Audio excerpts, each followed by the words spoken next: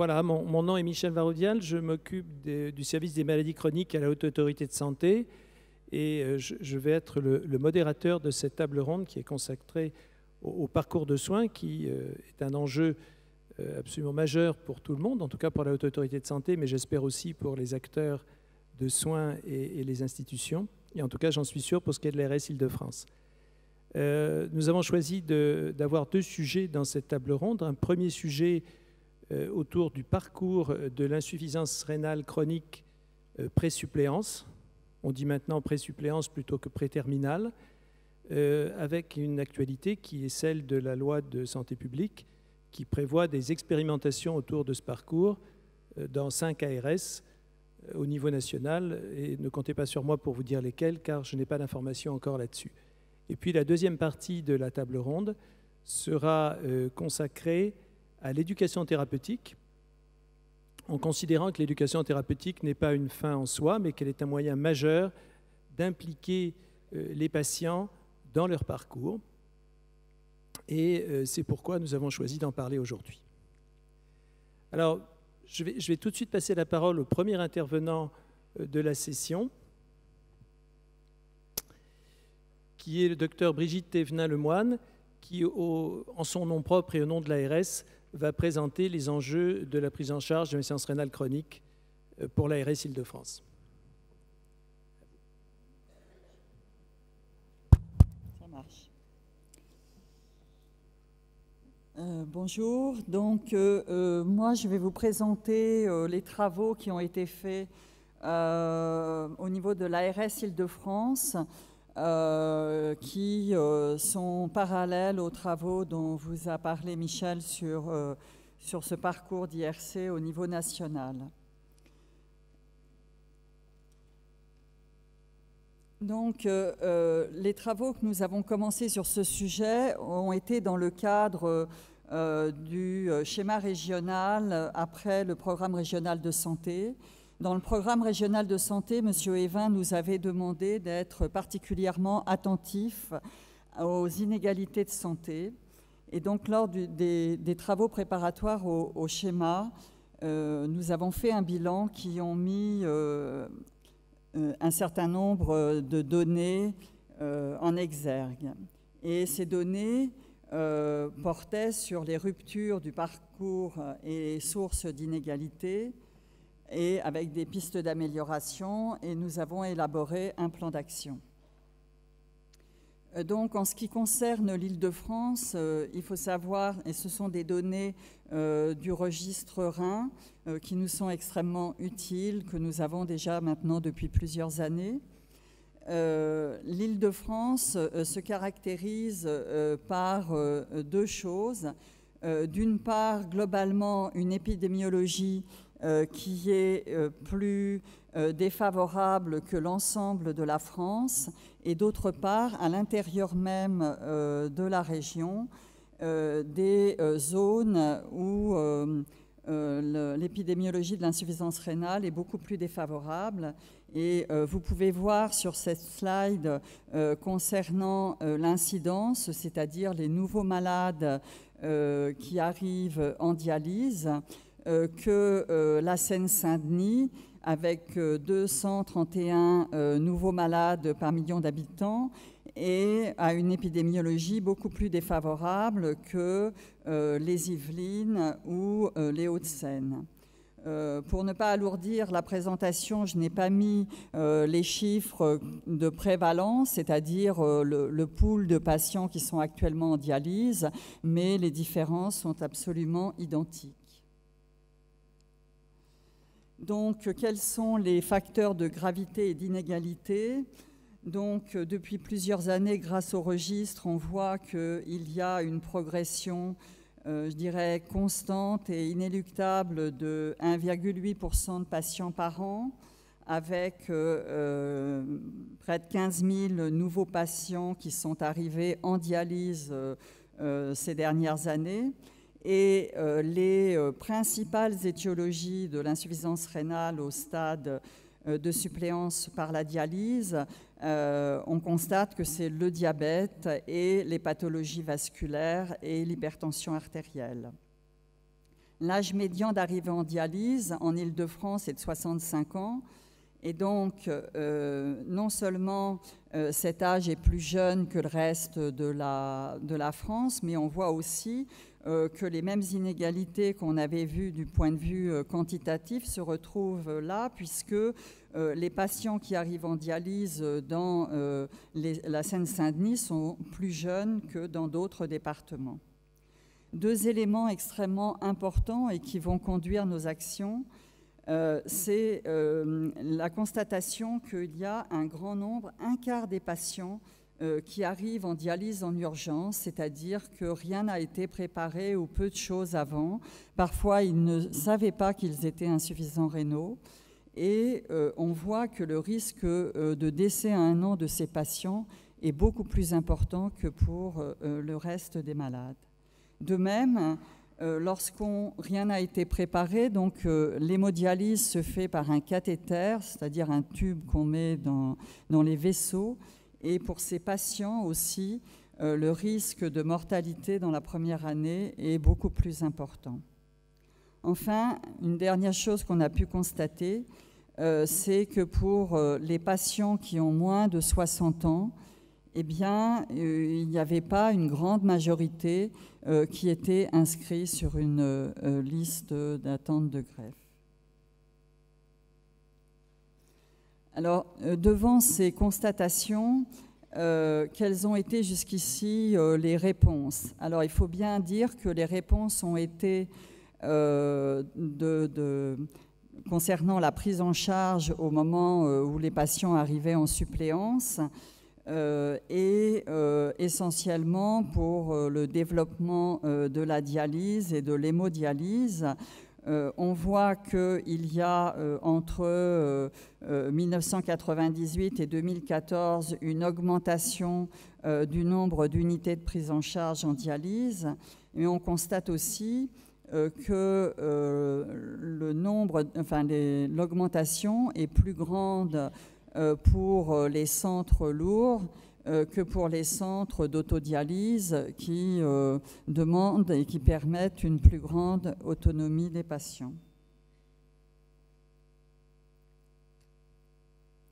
Quand on regarde, la slide précédente, c'était donc le nombre de structures. Quand on regarde comment se répartissent les patients dans les différents modes de dialyse, on voit que la très grande majorité des patients sont en hémodialyse. Il y a très peu de patients qui sont en dialyse péritonéale et qu'en hémodialyse, le plus grand nombre de patients est en centre lourd. Alors bien sûr, actuellement, les patients dialysés sont des patients relativement âgés et qui, du fait de leur pathologie préexistante, diabète et hypertension, ont des comorbidités. Mais on voit quand même que les répartitions pourraient être améliorées puisqu'on voit que dans les centres lourds, plus de 16% des patients ont au plus une comorbidité. Donc, on peut présupposer que ces patients pourraient être dans des modalités plus légères. Et à contrario, en autodialyse, qui est une modalité relativement légère et favorisant l'autonomie des patients, il y a quand même un certain 10% des patients qui ont beaucoup de comorbidités et certains même qui sont dialysés sur cathéter. Donc ça signe bien le fait que la répartition dans les modalités de prise en charge n'est pas optimale en fonction de l'état des patients et de leurs besoins. Brigitte, est-ce que vous pourriez juste préciser pour que tout le monde comprenne ce que veut dire l'acronyme, ce que veut dire UDM? Alors, UDM est l'unité de dialyse médicalisée, c'est-à-dire que dans les modalités d'hémodialyse, il y a le centre lourd qui est destiné aux patients les plus lourds et dont les séances ont besoin de la présence constante du néphrologue. L'unité de dialyse médicalisée est pour des patients qui sont un peu moins lourds et surtout dont les séances se passent généralement bien et dont le néphrologue peut être appelé à tout moment mais n'a pas besoin d'être dans l'unité. Et l'autodialyse est la structure où les patients ont une autonomie, certains installent leurs machines et sont totalement responsables de leurs séances. Donc la dernière ligne de cette slide montre que il y a près de la moitié des patients en état de suppléance qui sont greffés. Alors ce chiffre est assez favorable en Île-de-France puisque c'est en France entière, il est un peu moins élevé que ça. Toutefois, on va voir dans la slide suivante que nous avons aussi des soucis en ce qui concerne les greffes. Donc, dans cette slide, je vous ai mis des données qui nous ont été fournies par nos partenaires de l'Agence de la biomédecine, qui est l'activité de greffe du 1er janvier au 15 décembre 2014, l'année dernière. Donc, ce n'est pas complet parce que quand on a fait les slides, on n'avait pas fini l'année encore. Et donc, en Île-de-France, nous sommes très riches. Nous avons 7 services adultes de greffe de reins et 2 services pédiatriques. Toutefois, on voit une chose, alors les SME, c'est les donneurs en état de mort encéphalique, des DAC, c'est les donneurs par arrêt cardiaque, et vivants, c'est les donneurs vivants.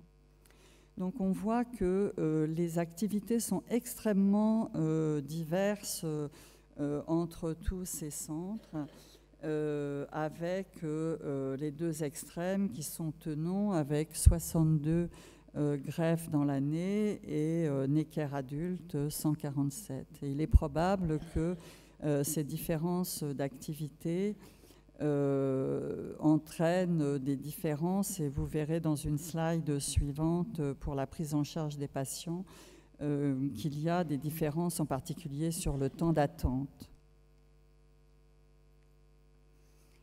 Donc, nous avons fait ces constatations, et puis en même temps, il y a eu donc les états généraux du rein qui ont été organisés par les associations de patients et qui donc, dans leurs conclusions, ont déterminé 5 axes de travail qui recoupaient beaucoup ce qu'on avait pu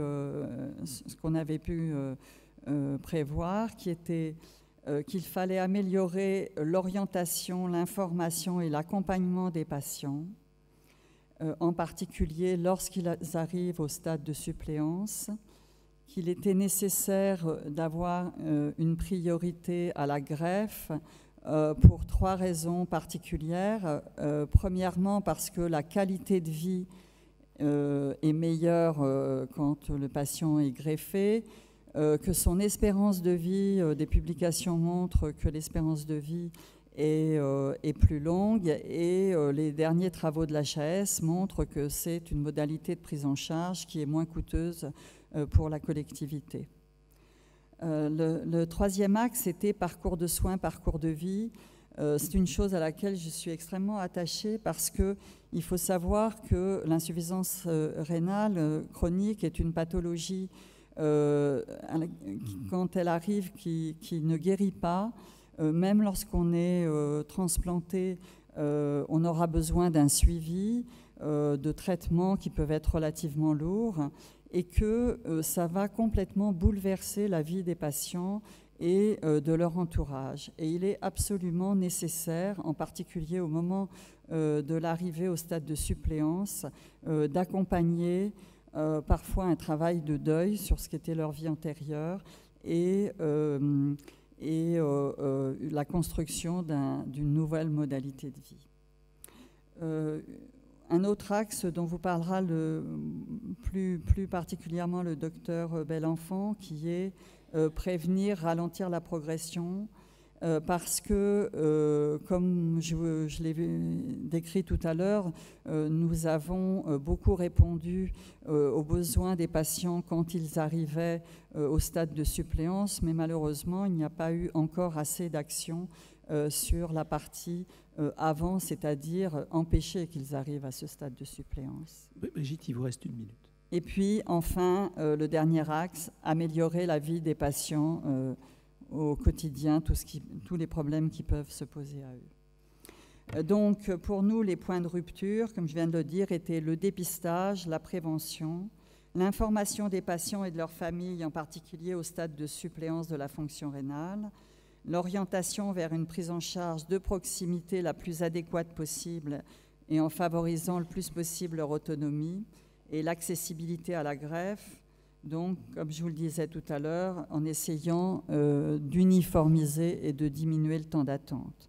Et donc, pour l'ARS Île-de-France, c'est vers ces trois axes qui sont favoriser le dépistage et la prévention, en particulier avec des actions conjointes avec tout ce qui se fait pour le diabète, qui est une des pathologies pourvoyeuses d'insuffisance rénale, l'information des patients et puis tout ce qui concourt à améliorer la greffe. Je crois que c'est les dernières. Donc oui, voilà, développer les actions de prévention et de dépistage, organiser l'information des patients, améliorer l'accès à la greffe. Donc pour améliorer l'accès à la greffe, il y a deux grandes orientations. D'une part, arriver à avoir le maximum de greffons, et donc nous travaillons d'une part avec les services de réanimation et d'autre part avec les SAMU-SMUR pour essayer d'avoir le maximum de donneurs potentiels. Et puis, nous allons lancer un travail d'audit avec les 7 services de greffe adultes pour avoir un bilan partagé et pour voir à quel niveau on pourrait améliorer leur organisation, leur efficience, pour améliorer le nombre et la rapidité des greffes. Voilà. Je vous remercie.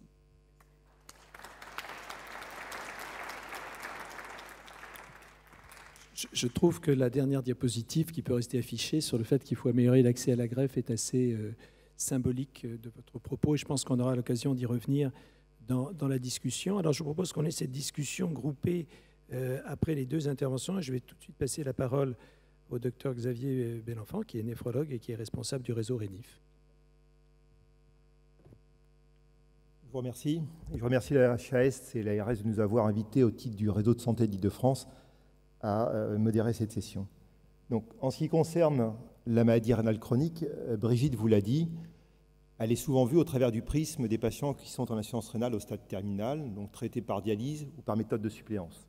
Ils sont à peu près 15 000 en Île-de-France, la moitié par des méthodes de dialyse, la moitié vivant avec un greffon rénal fonctionnel. Mais cette partie-là, c'est la partie ultime de la maladie.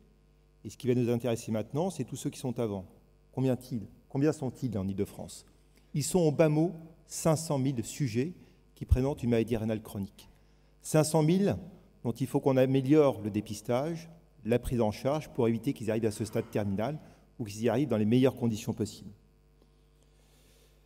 Cette maladie, elle est souvent secondaire à d'autres pathologies. Et comme vous l'a dit Brigitte, 2 pathologies prédominent comme étant la cause de cette maladie, l'hypertension, les maladies cardiovasculaires et surtout le diabète. Le diabète, 40% des patients qui arrivent en dialyse en Île-de-France actuellement ont un diabète associé. 2 maladies dont la prévalence ne cesse d'augmenter en Île-de-France et dans toute la France entière, compte tenu de nos habitudes de vie et compte tenu de l'évolution de l'âge de la population. 2 pathologies très longues dans leur évolution et qui conduisent à la maladie rénale généralement 10-30 ans après leur début. Et donc c'est ce long parcours qu'il faut améliorer pour éviter que cette complication rénale n'apparaisse. Les autres causes, ce sont toutes les maladies urologiques, des médicaments, l'automédication de temps en temps est un peu délétère, notamment les anti-inflammatoires, certains toxiques professionnels, des maladies plus rares telles que les maladies auto-immunes, les maladies héréditaires, et puis malheureusement pour nous, plus on vieillit, plus nos organes vieillissent. Donc quand on a plus de 60 ans, on a plus de chances qu'un sujet jeune d'avoir une maladie rénale, et donc il convient d'être dépisté. Alors cette maladie, comment est-ce qu'on peut la dépister? C'est très facile. Très facile. C'est ça qui est malheureux. Est-ce que vous avez des facteurs de risque personnels ou familiaux? Maladie héréditaire, diabète, hypertension. Et puis simplement deux examens biologiques pas très coûteux permettent de l'affirmer. Une prise de sang, on va doser le taux de créatine dans le sang, qui permet d'apprécier, si vous voulez, la capacité du rein à épurer les déchets. Et on calcule ce qu'on appelle le débit de filtration glomérulaire. Et puis dans les urines, simplement sur un échantillon, on va quantifier les protéines ou l'albumine. Avec ces 3 marqueurs, l'histoire, les facteurs de risque, et 2 marqueurs biologiques, on peut savoir si vous avez une maladie rénale. Les études d'observation en France et à l'étranger nous montrent qu'il y a des catégories qui sont sous-dépistées, notamment les hommes jeunes. On n'a pas de grossesse, on n'a pas de contraception, et généralement on rentre dans le système de santé plus tard, alors que les femmes bénéficient, grâce à cette prise en charge plus précoce, grossesse, contraception, généralement d'examens de dépistage. Les sujets sans activité professionnelle sont surreprésentés parmi les patients qui arrivent en dialyse. 50% des patients de moins de 60 ans en Île-de-France sont sans activité professionnelle. Ils sont surreprésentés. La même chose pour les sujets migrants qui sont surreprésentés dans la population dialysée et dont on sait qu'ils ont plus de facteurs de risque que les autres. Là, c'est un travail collectif qu'on doit mener pour que ces populations aient accès à une médecine de dépistage. Alors, juste pour vous illustrer l'évolution de la maladie rénale, donc je vais me servir du taux de créatinine et de son dérivé, donc le débit de filtration glomérulaire. Donc là, à partir de 40 ans, je suis triste de vous l'annoncer, mais nos reins se détériorent. 120, c'est la normale. Et un sujet qui a une maladie rénale, par exemple, ça, c'est un sujet diabétique, mal dépisté, qui a des difficultés à se prendre en charge. S'il a une maladie rénale avec une protéinurie, quasiment dans les 5 ans, il arrive au stade de la dialyse. Ça, c'est ce qu'on apprenait il y a 20 ans dans les facs de médecine. C'était l'évolution inéluctable, on ne peut rien faire. En 2015, c'est faux. C'est faux et c'est archi faux. Puisque avec des mesures thérapeutiques sur les règles d'hygiène des médicaments, on peut enrayer cette évolution. On peut soit la ralentir, donc repousser le stade ultime de la maladie rénale, ou voir quand vous avez 80 ans, ne jamais vous faire connaître cette étape-là. Et puis parfois, chez certains malades, on peut stabiliser la maladie rénale. Donc l'insuffisance rénale dépistée tôt n'est pas une fatalité qui va conduire au stade de dialyse ou de transplantation, sous condition de la dépister et la traiter. Et la traiter, ce n'est pas compliqué, c'est prendre en charge l'hypertension, les problèmes de cholestérol, le tabac, le diabète et les médicaments. Pas très compliqué, mais encore faut-il partager cette connaissance. Alors là, je vous ai mis ce tableau-là qui n'a pas grand intérêt, je vais m'en servir tout à l'heure. C'est que le débit de filtration glomérulaire nous permet de classer les malades. Donc stade 3, c'est quand on a une valeur entre 30 et 60, 4 entre 15 et 20, et moins de 15. Mais il faut se poser la question d'un traitement de suppléance, sinon on ne vit plus dans les années ou dans les mois qui suivent. Alors quels sont les éléments de rupture de ce parcours de soins qui s'installe sur des années? Il y a 3 étapes clés. La première étape, c'est dépister cette maladie, donc les facteurs de risque, créatinine, protéinurie, donc des examens simples. Et chez ces sujets qui sont à risque, le médecin traitant, c'est lui qui est en première ligne. Il va confirmer le caractère chronique de cette maladie, il va identifier la cause, il va voir s'il n'y a pas des facteurs d'aggravation. Et puis, comme la première cause de mortalité de ces sujets, ce sont les maladies cardiovasculaires, il va identifier tous les facteurs de risque cardiovasculaire. Et puis, une fois qu'il aura déterminé cet ensemble-là, il va adapter sa prise en charge thérapeutique, tout en informant le patient, qui généralement tremble de terreur quand on lui annonce l'insuffisance rénale, parce que, comme vous, il va penser que c'est avant tout la dialyse et la transplantation qui lui sont promis. Mais c'est faux. Et donc, il faut lever cette angoisse-là, il faut lui expliquer qu'à ce moment-là, on le prend en charge pour une maladie qui est certes chronique, mais qui ne va pas forcément le conduire à ce stade ultime. La deuxième étape clé, c'est, si je suis médecin généraliste, quand vais-je avoir besoin d'avoir recours à un spécialiste des maladies rénales qui s'appelle le néphrologue? Le néphrologue, c'est jamais un médecin qu'on va voir en première intention. La plupart des patients, des sujets ne connaissent même pas ce mot. On ne va pas voir un néphrologue comme ça. Donc on intervient à la demande des médecins traitants dans plus de la moitié des cas, les cardiologues ou la diabétologue, parce que c'est eux qui devront dépister cette maladie. Quand les néphrologues devraient-ils voir ces patients? Un sujet jeune, qui a moins de 40 ans, qui a des anomalies rénales, qui a un long parcours de vie devant lui, il faut s'en occuper probablement collectivement, médecin traitant, médecin spécialisé, pour voir si on ne peut pas traiter sa maladie et en ralentir l'évolution.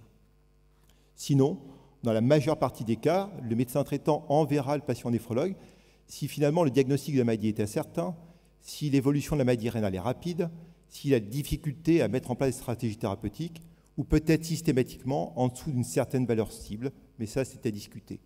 Et où va-t-il trouver des néphrologues? Il n'y a pas un néphrologue qui a une plaque vissée dans une rue avec son nom. Les néphrologues, ils s'occupent essentiellement de la transplantation rénale, de la dialyse. Et donc il va falloir que les néphrologues apprennent à s'occuper davantage, et de plus en plus, on le fait déjà, mais de plus en plus, des patients ambulatoires qui ont une maladie rénale chronique.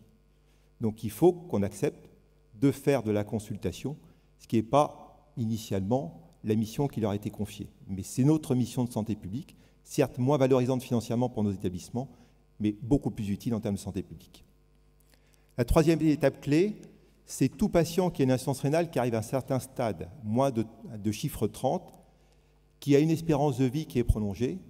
Ce patient-là, on doit se poser la question, si la maladie évolue, quelle méthode de traitement de suppléance on va lui proposer. Et le concept que l'on doit avoir aujourd'hui, c'est que le traitement de suppléance qu'on doit lui proposer en priorité, c'est la transplantation rénale. Et que la dialyse, c'est finalement un pont en attente d'être transplanté. D'accord ? Mais ça, il faut en discuter tôt. Et quand on commence à parler de cela, c'est traumatisant, c'est un cataclysme dans la vie. Comme vous l'a dit Brigitte, des médicaments tous les jours, c'est pas facile.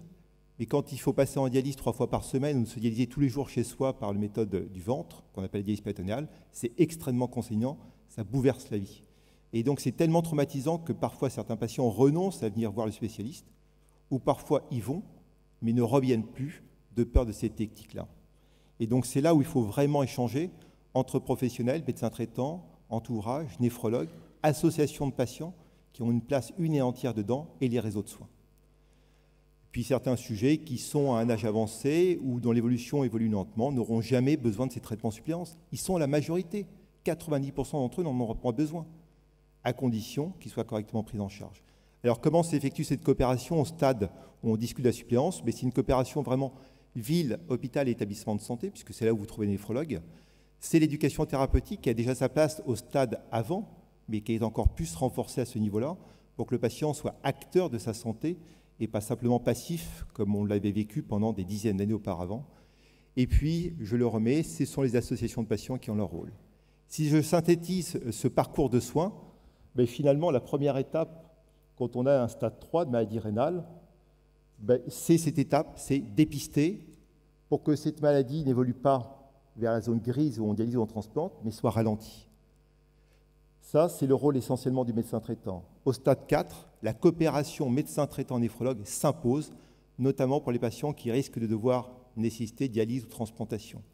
Et pourquoi? Parce que plus on discute tôt des thérapeutiques, plus le passage à l'acte de la thérapeutique dialyse est plus facile à vivre et moins traumatisant. Et cette étape-là, Brigitte vous l'a dit, c'est loupé dans 25% des cas.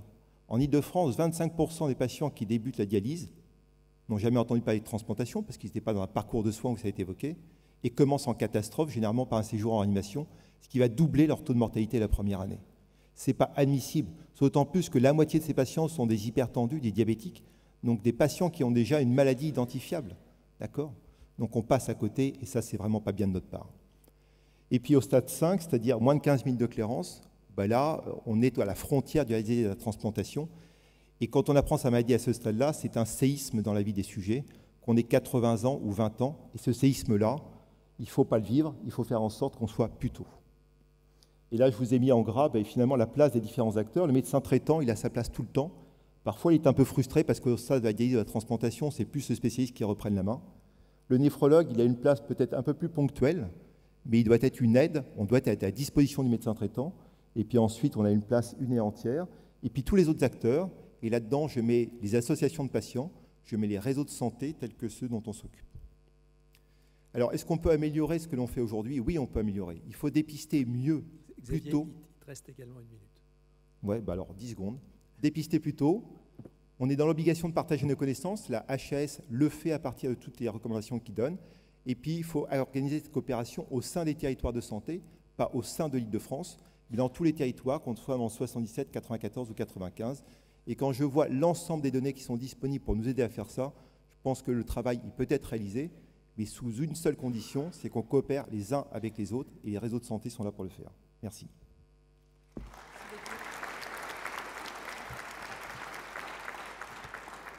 Vraiment merci de ces deux interventions qui étaient à la fois pleines de renseignements et de très bonne qualité pour ce qui était du parcours de soins.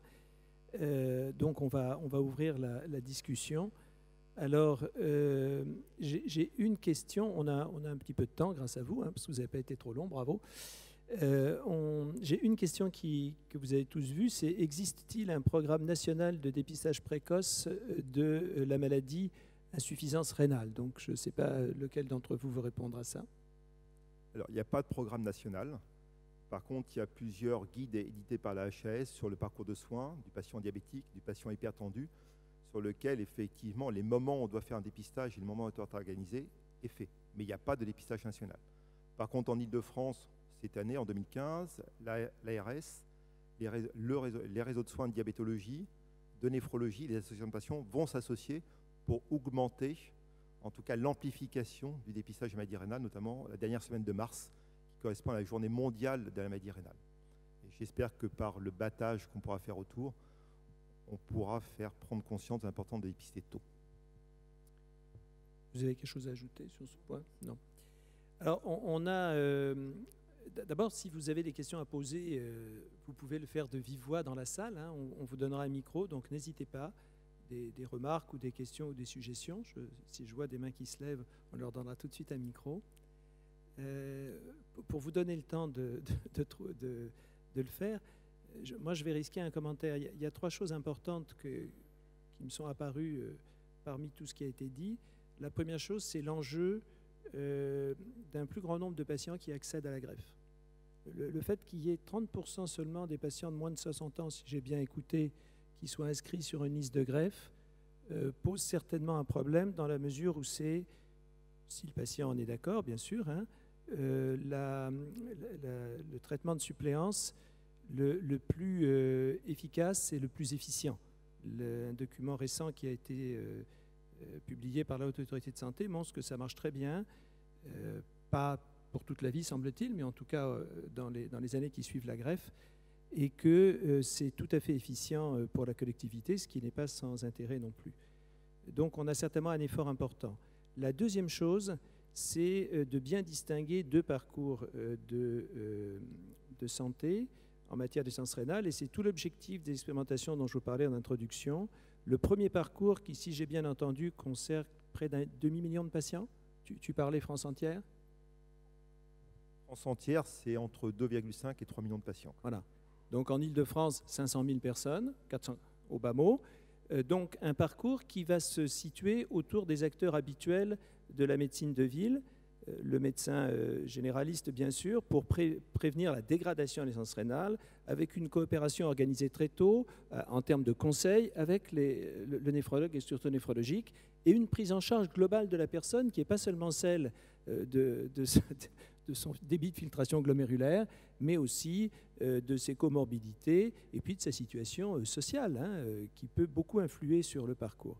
Et ça va intéresser beaucoup de monde. Et puis un parcours beaucoup plus réduit en nombre, qui est le parcours, disons, dans les 6 à 12 mois qui précèdent la suppléance. 15 000 personnes, tu as dit, en Île-de-France, qui est un parcours dont les enjeux sont la préparation de la suppléance, et où les acteurs changent un peu, avec un rôle très important, et c'est le 3e point que je veux mettre en évidence, de l'information et de l'éducation thérapeutique. Ça fait un petit peu le pont avec la 2e partie de la séance, pour aboutir à une décision éclairée, conjointe avec les praticiens du patient, une décision éclairée du patient sur les modes de suppléance. Alors ça, c'est très important, c'est quelque chose sur lequel, à la Haute Autorité de Santé, nous insistons beaucoup, c'est que le patient ait les moyens de décider quel mode de suppléance il préfère parmi les options qu'on lui propose, plutôt que les professionnels disent bah, « ça c'est bon pour vous, circulez, il n'y a rien à voir », ce que ne font jamais bien sûr les néphrologues, mais, parce que quand même, mais que nous aimerions promouvoir. Voilà les 3 points que je voulais souligner. Je ne sais pas si ça appelle des commentaires. Oui, moi, je voulais dire, en ce qui concerne l'information des patients, je suis tout à fait d'accord avec ce qui vient d'être dit. Et en particulier, il y a effectivement des structures qui font de l'information sur la maladie rénale. Mais ce qui n'est, à notre avis, pas bien fait, c'est que cette information soit faite, comme l'a dit Michel, pour permettre aux patients d'être acteurs dans ses choix thérapeutiques. Ce n'est pas simplement une information, je dirais, relativement passive. Il faut qu'elle conduise à ce qu'ils puissent comprendre et ils puissent participer au choix. Et ça, je pense que même pour les gens, les structures qui font de l'information et de la formation, on n'en est pas tout à fait arrivé là en néphrologie.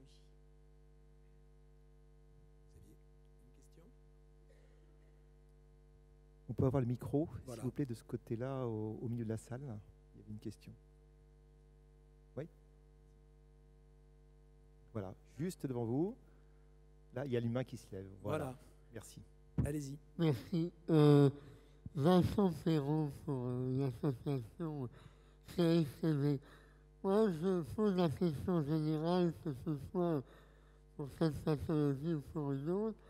de partage de savoir et de savoir-faire entre malades. Vous avez parlé, madame, de donner la bonne information aux malades. Souvent, ce sont les malades qui ont effectivement des informations qu'ils doivent partager avec des praticiens, et ce serait bien aussi qu'ils puissent partager avec d'autres malades. Moi, sur notre pathologie, je suis incapable de trouver ce type de dialogue constructif entre malades. Peut-être parce que les malades n'en veulent pas, mais aussi parce que les associations n'ont pas l'air de favoriser ce genre de choses. Oui, merci pour votre question. En tout cas, dans ce domaine-là, les associations de patients occupent une place fondamentale. En néphrologie, elles occupent beaucoup de place au stade de la dialyse et un peu avant la greffe. Elles ont été à l'initiative notamment des états généraux des maladies rénales qui sont tenus l'année dernière. Et donc, elles ont une place essentielle. Par contre, effectivement, ceux qui peuvent vous aider, c'est aussi ces associations, mais c'est aussi tout dont on va parler tout à l'heure, c'est l'éducation thérapeutique. C'est comment faire en sorte que le patient devienne mieux informé et acteur lui-même de sa santé, quoi. Et sur les maladies chroniques, j'en suis intimement persuadé, c'est pour ça que je travaille dans un réseau de soins, c'est que si le médecin se considère comme le seul acteur, il sera en échec. D'accord ? Pour traiter une maladie, on est deux au départ, un médecin traitant, un patient, et puis après, il y a d'autres acteurs qui se greffent autour. Mais s'il n'y a pas ce couple-là initialement et une confiance forte entre les deux, ça ne peut pas passer, quoi. Sinon, juste pour répondre à ce que tu disais tout à l'heure, c'est l'information. Il y a des études qui ont montré que plus on donne tôt l'information sur les différentes méthodes de suppléance, plus on a de chances que le sujet accepte d'être traité en dehors d'une clinique ou d'un hôpital, donc sous forme, on va dire, autonome, en dialyse péritonale, dialyse par le ventre, ou dans des centres d'autodialyse. Si cette information est donnée trop tard, généralement, il y a une appréhension à aller vers ces structures-là, et à ce moment-là, on a moins de chances que ça se développe. Deuxième élément, c'est sur la greffe.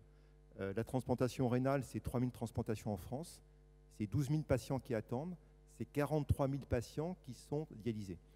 Et les 3 000 greffes, elles stagnent, et donc c'est pour ça qu'il y a tout un programme à l'échelle nationale et en Ile-de-France pour essayer d'améliorer ou d'augmenter le nombre de donneurs, et notamment tout un travail qui est fait avec les associations sur la favorisation du don vivant. Vous avez vu que la modalité de donneur vivant n'est pas la plus fréquente, d'après les informations que vous a montrées Brigitte. Je crois qu'il y avait une autre question au premier rang, là. Bonjour, Marie-Vonne Legad, Néphrocare Île-de-France. Je voulais savoir, il y avait eu un travail qui avait été initié en partenariat avec RENIF et l'ARS concernant l'accueil prédialyse, enfin, qu'on appelait prédialyse à l'époque, le terme était peut-être pas judicieux d'ailleurs, pour effectivement l'accueil du patient en amont, pour pouvoir lui proposer toutes les formes de suppléance existantes. Je voulais savoir si ce projet était toujours d'actualité et s'il devait aboutir. Réponse courte, sujet extrêmement délicat, puisqu'il consiste, votre question, c'est de l'information la plus loyale, la plus claire et la plus transparente aux patients pour qu'ils choisissent leur méthode de dialyse. Ce n'est pas facile de faire avancer ce dossier-là, avec l'ARS qui a un vœu très fort, que ça soit rendu indépendant. Les associations aussi, on recommence à travailler au sein du réseau. Et Néphrocare est un partenaire important pour y travailler. Merci. Une dernière intervention au premier rang, et après on passera à la deuxième partie de la session. Merci, bonjour. Marc Bouillet, consultant. Qui dit parcours de soins dit transversalité et pose le problème notamment de la prise en charge, sous quelle forme, ou de la fongibilité des enveloppes budgétaires. Sur ce qui est du parcours de soins, il y avait donc des expérimentations prévues dans la loi de finances sécurité sociale 2014 qui ont pris du retard. Mais pensez-vous néanmoins que ces expérimentations qui devraient démarrer prochainement auront réellement ce pouvoir de mettre de la transversalité et de permettre peut-être des rémunérations différentes, mais surtout des modes de fonctionnement différents? Merci. Mais merci de cette intervention qui finalement est une conclusion merveilleuse à cette session, parce qu'effectivement ces expérimentations sont toujours d'actualité. Elles ont pris un peu de retard, mais compte tenu de l'importance du sujet, on est certain qu'elles vont démarrer, donc dans 5 régions.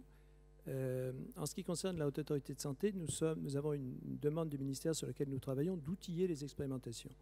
Et nous sommes en train de le faire exactement dans le sens que vous préconisez, c'est-à-dire de décloisonner les prises en charge, de probablement expérimenter des prises en charge un peu différentes aussi en ce qui concerne les relations entre les acteurs et peut-être la valorisation, mais ça c'est quelque chose qui ne nous appartient pas.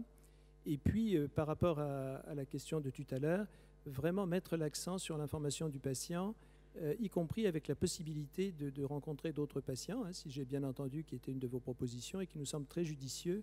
Et c'est pour ça que nous avons d'ailleurs confié à Renalou et à l'AFNER une mission pour la HAS de rédiger un document générique d'information des patients qui puisse être proposé.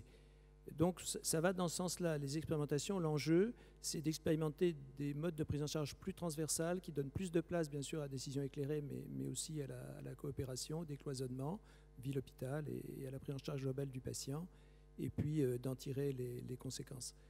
Alors ceci va démarrer certainement dans l'année. Il y a un arrêté qui va bientôt être signé et on peut avoir tout espoir et toute espérance là-dedans. Voilà, en tout cas, merci aux intervenants pour la première partie et à tous ceux qui se sont exprimés. Et on va passer à la deuxième partie de notre table ronde qui concerne l'éducation thérapeutique. Donc, on en a déjà parlé. Donc, l'Île-de-France en éducation thérapeutique a des réalisations, un vécu particulièrement riche. Et je vais passer la parole immédiatement à Lise Janot, qui est responsable du pôle de santé publique à l'ARS Île-de-France et qui va vous présenter un petit bilan et les projets de l'ARS en cette matière. Je vous en prie.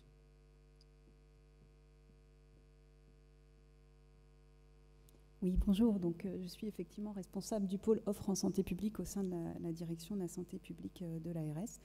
Et je vais donc vous présenter d'une part le bilan d'activité globale des programmes, de l'ensemble des programmes, les initiatives locales, c'est-à-dire les projets et les actions développées au sein de la région Île-de-France, et puis donc les projets à venir, les perspectives. Donc je démarre par une cartographie, j'espère que vous voyez assez, pour être un peu illustratif de ce vaste sujet des programmes autorisés, hein, donc de 800 programmes au total, qui sont donc, comme vous pouvez le voir, très concentrés sur Paris. Notamment donc 30%, 35% des programmes sont sur Paris, 70% sont en petite couronne. Et donc c'est un bilan que l'on fait depuis plusieurs années. Donc autres éléments qui permettent un petit peu de cartographier également ces programmes. Donc 738 programmes autorisés sur le plan de la législation nationale et 62 projets expérimentaux, j'y reviendrai plus tard, qui sont, donc, comme je vous le disais, répartis d'une manière très concentrée, avec seulement 30% en grande couronne, et là aussi des disparités au sein de la grande couronne. 80% de ces programmes donc, sont dispensés au sein de l'hôpital et 20% en ambulatoire.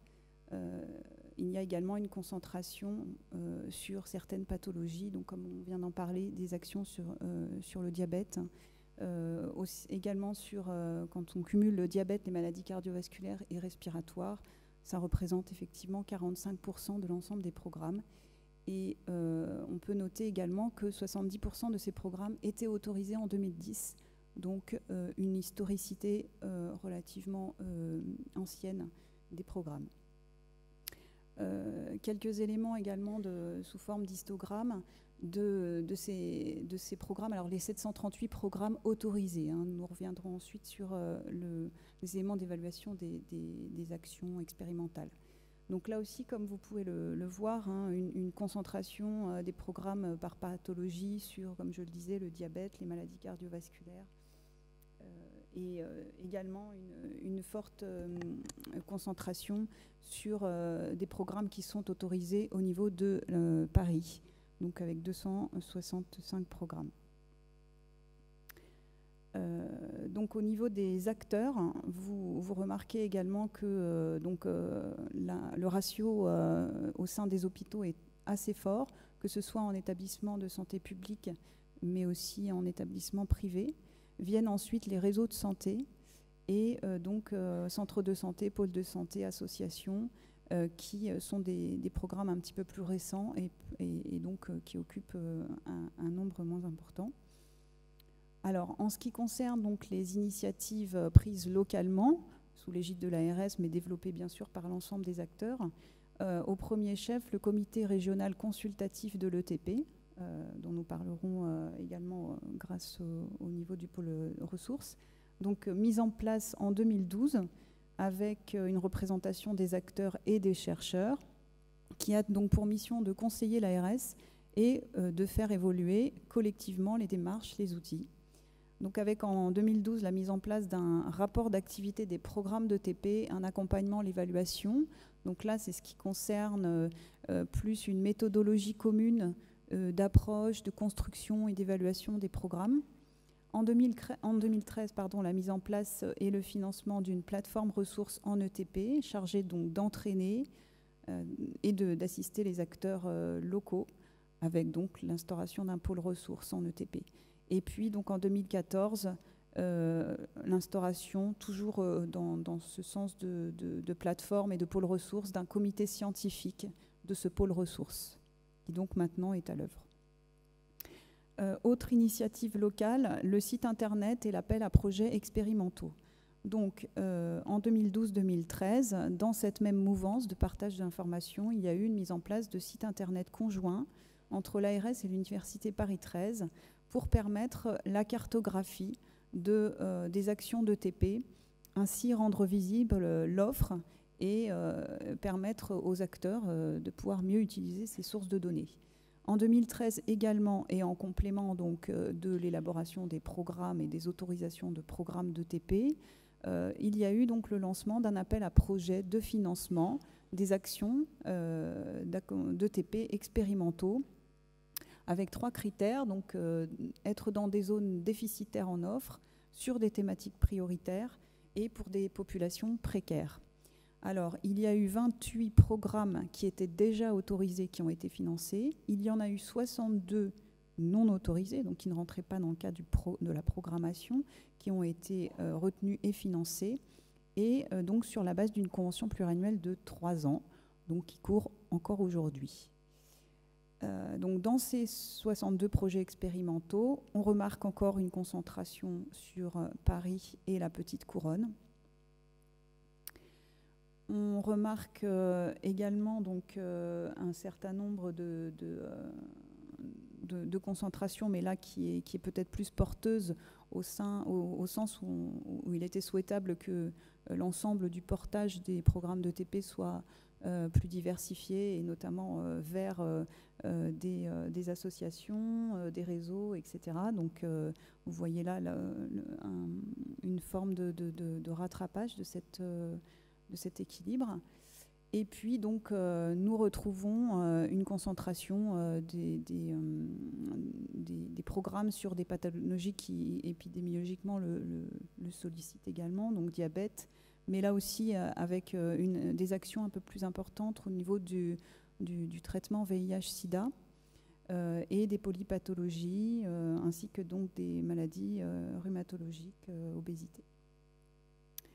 Voilà, donc ce qui est en cours aujourd'hui, c'est effectivement d'étendre des modules optionnels de formation dans les 3 années d'internat. Donc il y a une expérimentation en cours à Paris 7. On pourra peut-être développer plus précisément ensuite. Également, donc, développer les plateformes de l'ETP, puisqu'il y a une plateforme régionale, un pôle de ressources régionales, mais qu'il est important, et notamment en Grande Couronne, de pouvoir organiser l'information et le partage des différents acteurs sous forme de plateforme, donc en cours en Seine-et-Marne et dans le Val d'Oise. Co-construire également des démarches entre les acteurs hospitaliers et ambulatoires, et puis donc poursuivre notre logique de financement de ces démarches expérimentales. Également donc soutenir un certain nombre de projets qui sont en cours et qui ont été développés auprès de l'ARS, notamment le projet ETP dit en ville, hein, donc ambulatoire, mené par l'URPS médecin autour du médecin traitant et autour de quelques pathologies. Ouverture également vers la ville par des outils de coordination hôpital-médecin traitant. Aide à la création également des unités transversales d'éducation du patient au sein des structures. Et puis donc mise en place de l'ETP au sein de maisons de santé pluridisciplinaires, mais aussi au sein d'autres structures qui portent des actions de santé, d'éducation du patient, dans les associations, les centres, etc. Et donc, exploitation de l'évaluation quadriennale, qui est un objectif qui est en fait date de l'organisation initiale des programmes de TP et qui est donc en cours. Et lorsque nous aurons les résultats, il serait intéressant de pouvoir livrer l'analyse à la publication. Voilà, donc c'est un peu les projets qui sont développés à l'heure actuelle. Enfin, une réflexion sur les financements de ces programmes de TP, notamment, pourquoi pas mettre en place une mise en place de forfaits variables en fonction des pathologies, puisque à l'heure actuelle, la forfaitisation de financement des programmes de TP est unilatérale. Et puis, donc, au sein des parcours de santé, donc, comme je l'ai dit, évaluer l'expérimentation de l'URPS et modéliser des parcours. Voilà, je vous remercie. Merci beaucoup.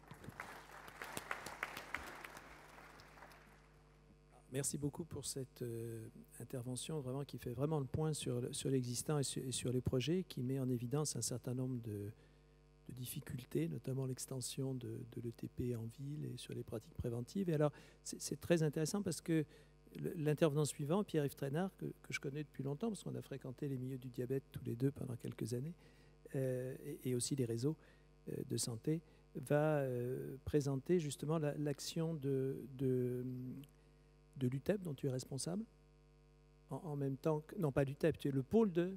Dis-moi. Le pôle de soutien à l'ETP en Ile-de-France dont tu es responsable. Pierre-Yves Trainard est médecin, il s'occupe de diabète, de médecine générale, et il s'occupe toujours de réseau de santé. Donc Pierre-Yves, vas-y, c'est à toi. Merci beaucoup de m'avoir invité pour vous relater finalement cette expérience qui est une expérimentation qui s'est montée progressivement et qui a bénéficié du soutien de l'ARS d'Île-de-France pour constituer un pôle de ressources en éducation thérapeutique pour le développement de l'ETP en ville. Juste en préliminaire, dire que il ne fait plus aucun doute que l'éducation thérapeutique est consubstantielle aux soins à partir du moment où une maladie dure dans le temps et que nul ne peut contester actuellement l'utilité et la pertinence du fait d'apprendre sur soi. Apprendre sur soi et pour soi est déjà thérapeutique et c'est en ce sens que l'éducation est thérapeutique. C'est un facteur d'émancipation personnelle et d'émancipation sociale et je crois qu'on en a vraiment besoin par les temps qui courent. Alors, au-delà simplement d'une éducation qui serait simplement sur le soin, une éducation technique qui est vraiment très très limitée, on considère que à peu près 20% des compétences de patients sont spécifiques à la maladie et 80% des compétences de patients sont bien au-delà de la maladie, qui sont du domaine du vivre avec. Et on a vu depuis ce matin combien ce sujet sous-tend aussi toutes les interrogations des soignants et des équipes soignantes. Et donc, il y a un travail à faire sur les compétences de vivre avec un entourage, de partager avec les autres, bien évidemment, mais aussi ça débouche sur des remises en cause d'organisation des soins actuellement, et puis ça interroge évidemment aussi la communauté et l'environnement quant à savoir quelles sont les mesures qui peuvent être prises, qui peuvent être décidées et qui sont favorables à des nouveaux comportements de santé. Les enjeux de développement de l'ETP, elles sont, je dirais, à peu près 5 qu'on pourrait dire actuellement, c'est intégrer l'éducation thérapeutique dans les soins de premier recours. Ce n'est pas si simple que ça. Ça demande un sacré changement de paradigme pour les professionnels de santé. Accompagner les modifications d'organisation des soins qui vont avec, évidemment. Créer un appui permanent en ingénierie. Les professionnels de santé ont besoin de méthodologie, ont besoin d'assistance. Faciliter l'accessibilité aux ressources utiles aux patients. Et vous verrez que ça veut dire aussi faciliter l'implication, bien évidemment, des patients dans l'éducation thérapeutique, c'est-à-dire développer des espaces médiateurs. Des espaces médiateurs qui sont des lieux d'apprentissage, qui sont des temps d'apprentissage et qui sont l'apprentissage avec les autres aussi. C'est une accessibilité qui est actuellement sous tension. La loi dit que tout patient qui a une maladie chronique pourrait bénéficier d'un programme d'éducation thérapeutique. Le problème, c'est de savoir si c'est vraiment pour tous ou si on est dans une recherche d'efficience pour savoir quels sont les premiers bénéficiaires d'une éducation thérapeutique et de son développement. Est-ce que ça doit être intégré aux soins, c'est-à-dire éminemment individuel ou collectif, parce que c'est aussi le travail collectif qui a montré son efficacité en termes d'éducation.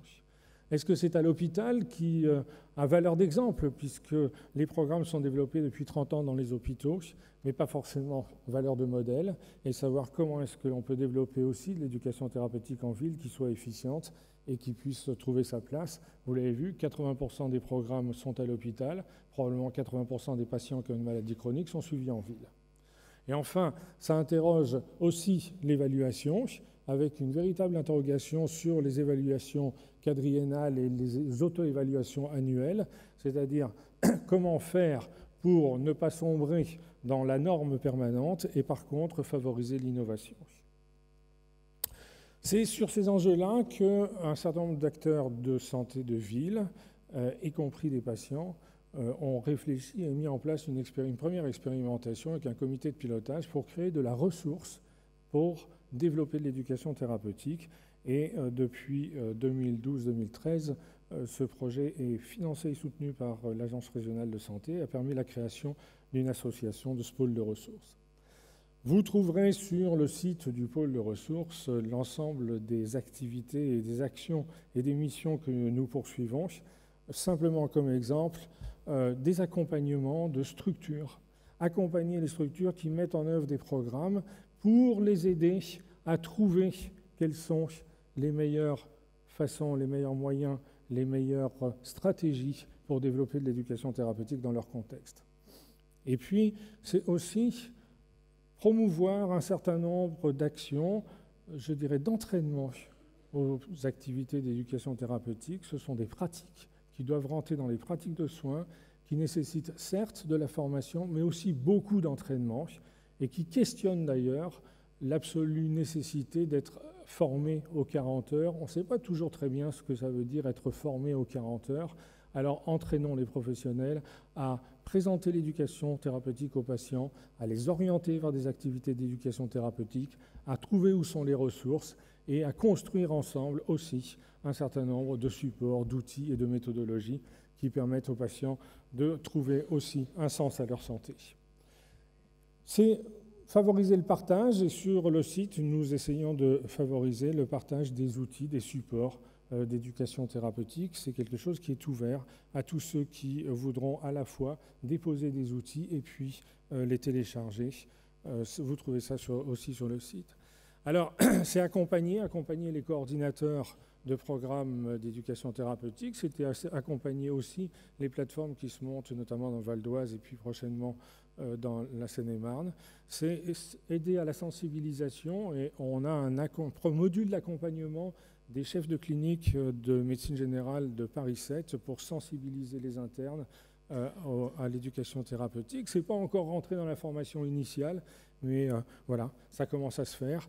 Impliquer les patients, bien évidemment. Et il y a un groupe de patients qui non seulement a réfléchi à des propositions de conditions pratiques de collaboration des patients dans les programmes, mais qui maintenant monte aussi un programme d'entraînement de patients relais pour des interventions. Comment est-ce qu'on peut aider des patients à aider les autres à venir à des activités d'éducation thérapeutique et en faire valoir l'utilité et la pertinence. Et puis, tout ceci ne peut pas se faire sans de la recherche, c'est-à-dire avoir des partenariats qui sont des partenariats que nous avons déjà commencé à mettre en œuvre avec notamment les structures que vous voyez de recherche. Nous avons réalisé aussi une première rencontre régionale des acteurs de ville d'éducation thérapeutique. Il y avait 130 participants. C'était un samedi, il faisait très beau. C'était à la porte de Saint-Ouen. C'est pas si facile de mobiliser tout ce monde-là. On était quand même contents. Ça prouve que beaucoup de professionnels de santé et de patients sont très, très sensibles à ce sujet-là. Ce n'est pas un modèle unique, surtout pas. Mais la feuille de route est tracée. C'est former et entraîner, ça c'est sûr. C'est déployer, c'est-à-dire voir comment est-ce que les projets de santé de territoire peuvent être porteurs aussi d'éducation thérapeutique. C'est financer et innover. Et notamment, on débouchera forcément sur une innovation dans la rémunération et dans les principes de forfait. C'est chercher comment optimiser des pratiques professionnelles de qualité. Comment évaluer pour partager et progresser, c'est-à-dire avoir une évaluation qui est source d'empowerment. Le conseil scientifique du pôle de ressources est aussi dans ce sens-là, c'est-à-dire de travailler vraiment à ce qui fait valoir des pratiques d'éducation thérapeutique de qualité. Et enfin, ça va être de valoriser pour rendre visibles et accessibles des pratiques qui, vous l'avez vu déjà dans la présentation précédente, sont encore beaucoup trop, je dirais, timides pour l'instant. Merci beaucoup.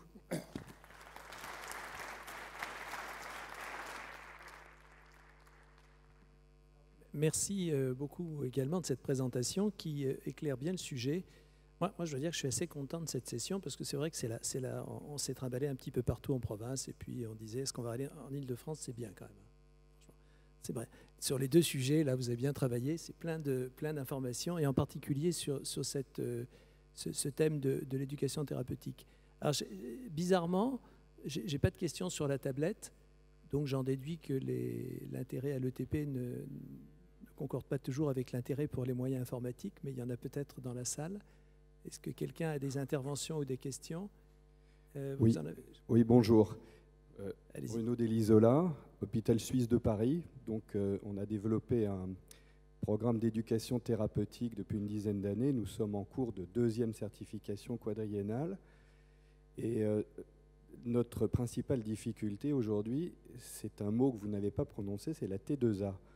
On a un problème de financement en fait, de nos programmes. On a les équipes, le programme, et on ne sait pas très bien comment on va continuer en joignant à la fois notre expérience et le financement hospitalier, puisqu'on a de plus en plus de contraintes dans ce domaine. Donc on serait ravis de savoir s'il y a des forfaits, s'il y a une nomenclature, surtout si on souhaite rendre ces soins ambulatoires, puisque c'est, je pense, l'idée générale de faire sortir les patients des sessions hospitalières et de les rendre ambulatoires. Merci. Et votre programme s'adresse aux patients qui ne diabétiques, sont pas... et qui sont hospitalisés ou... Nous, on a une consultation d'éducation thérapeutique, mais surtout des sessions hospitalières. Des sessions hospitalières de 4 jours. Et notre programme, c'est qu'il faut les rendre de plus en plus ambulatoires. Et voilà, c'est un problème. Est-ce que quelqu'un veut répondre à cette question intéressante? Alors, moi, je me permettrais de repasser la parole également au directeur de la santé publique qui aura peut-être plus de compléments. Je dirais que c'est sans doute tout l'enjeu de l'évolution actuelle du dispositif qui est effectivement très normé et pour lequel on arrive peut-être au bout d'un certain nombre de mécanismes qui ne trouvent pas d'élan, notamment par le biais du calcul forfaitaire et par le biais de cette tarification. Voilà, c'est ce que je peux dire, c'est un enjeu effectivement. Un autre commentaire? Je ne suis absolument pas pris par des décisions d'administration que ce soit, donc je peux vous dire que je pense que le problème, c'est que nous sommes dans des changements de paradigme, bien évidemment, entre patients et soignants, et que par ricochet, ça bouscule tout. Et ça bouscule notamment, dans les formats de financement, la compréhension de ce que sont les financements d'éducation thérapeutique. On sort de l'acte. L'acte, c'est celui d'acte d'apprendre. C'est celui des patients. Comment on peut financer des professionnels de santé sur un acte qui est un acte de patient? On rentre dans des conceptions de forfait qui sont des conceptions de forfait de groupe, de pratique, et qui heurtent à ce moment-là aussi des voies de financement qui peuvent être des MIG pour les hôpitaux, qui sont des expérimentations de nouveaux modes de rémunération pour des exercices regroupés, qui sont des financements de programmes dont on aurait une idée que le programme serait une couverture de bassin de vie, de territoire de santé, des choses comme ça. Tout ceci, pour l'instant, évidemment, n'est pas bien défini et se heurte à votre réalité, à notre réalité, qui est là maintenant. On fait comment? Avec quoi? Avec ce que l'on a, malheureusement. Une autre intervention? Xavier Mersch de l'UNAFAM, c'est l'Union des familles de malades psychiques. La maladie psychique est une maladie chronique, durable et souvent pour la vie. Est-ce que quelqu'un d'entre vous pourrait nous faire un peu le point sur le développement de l'éducation thérapeutique dans ce domaine-là, et en particulier sur l'empowerment? On a des personnes qui nous en ont parlé dans les Yvelines et c'était passionnant. Quelqu'un veut en parler? Je veux dire juste un mot, mais M. Castra va donner un mot. Toutes les maladies chroniques, dans toutes les spécialités, on arrive à l'éducation thérapeutique. Obligatoirement. La durée de vie avec une maladie, c'est 6 000 heures par an, comme le rappellent souvent certains patients. 6 000 heures par an avec la maladie, 10 heures avec les médecins. On est donc bien obligé d'apprendre par soi-même. Alors, transformer cet apprentissage par soi-même, qui est simplement de l'expérience de soi-même, avec d'autres et avec des professionnels de santé, c'est aussi acquérir la certitude que l'on peut faire avec. Dans la maladie psychique, évidemment, il y a aussi la place pour l'éducation thérapeutique, et il y a des développements d'éducation thérapeutique, que ce soit dans la psychose maniaco-dépressive, dans la dépression, dans les maladies psychotiques, ou bien évidemment. Laurent Castra, vous voulez commenter? Sur la santé mentale, vous avez vu qu'on a tenté une amorce à partir de 2013, Lise l'a montré, notamment sur les expérimentations.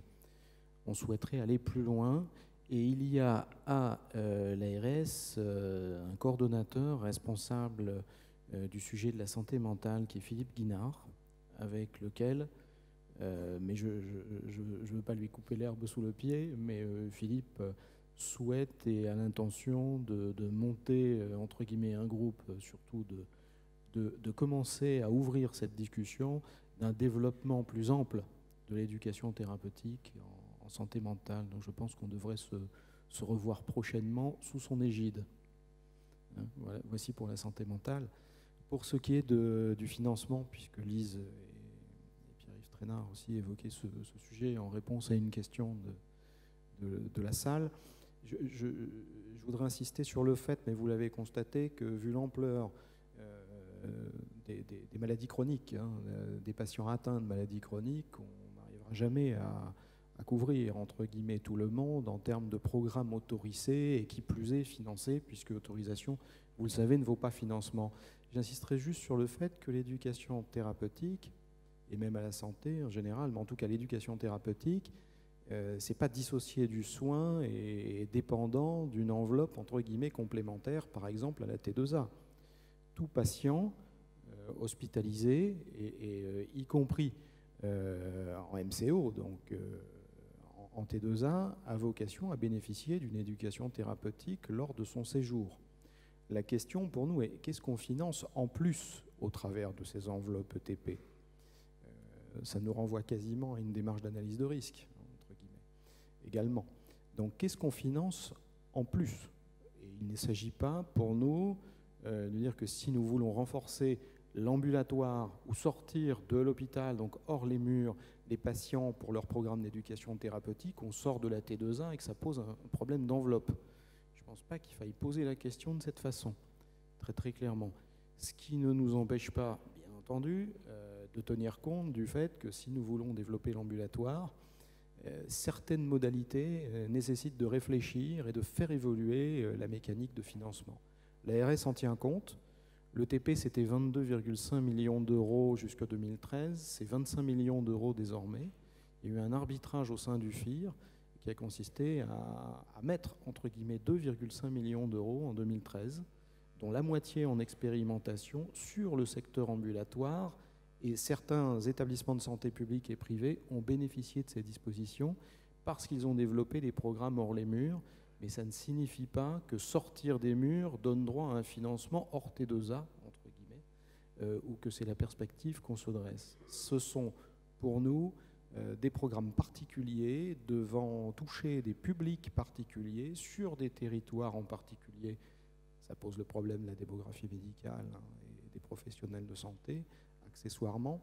Mais j'insiste bien que, et je m'inscris dans le propos de Pierre-Yves Traînard, nous avons à réfléchir sur de nouvelles modalités de financement en faisant évaluer les actuelles, mais que ça n'est pas cette réflexion pour entrer dans une logique à contrario, de cloisonnement d'enveloppes entre T2A et une enveloppe qui serait autre de TP, par exemple. Merci beaucoup. D'autres interventions, remarques, suggestions, questions? Oui, Xavier?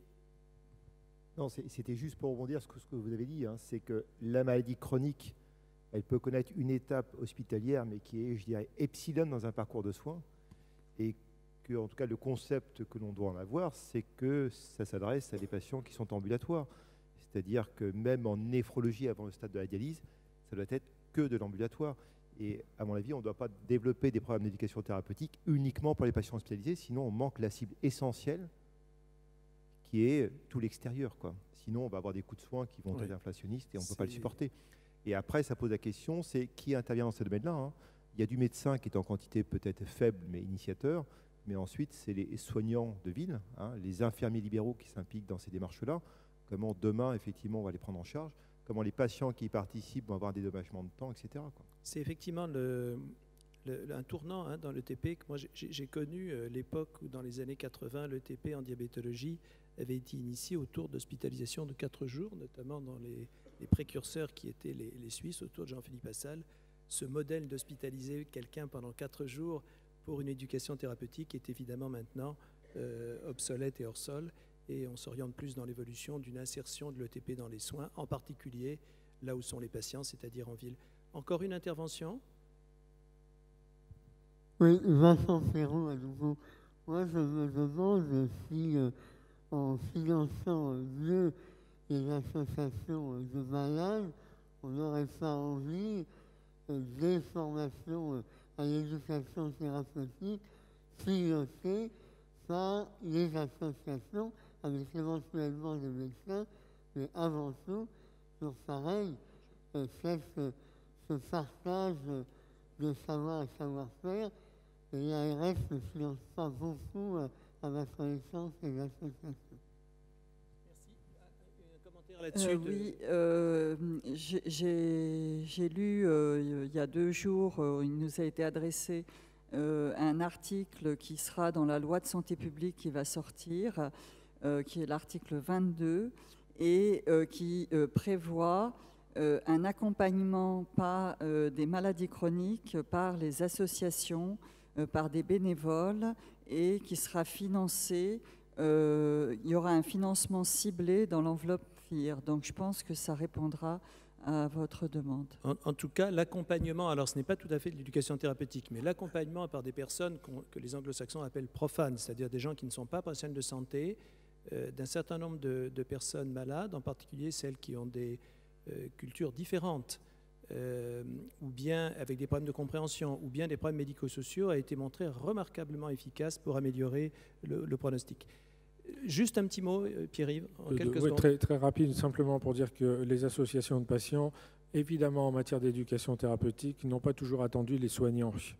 Ce sont les patients qui poussent les professionnels de santé à faire de l'éducation thérapeutique, bien évidemment. Bon. Ceci dit, il faut se rejoindre à un moment. Et tout ce qu'il y a actuellement autour de la notion de patient expert, patient ressource, patient intervenant, patient relais, etc., n'est pas encore défini. Et la polysémie des mots est là pour le montrer.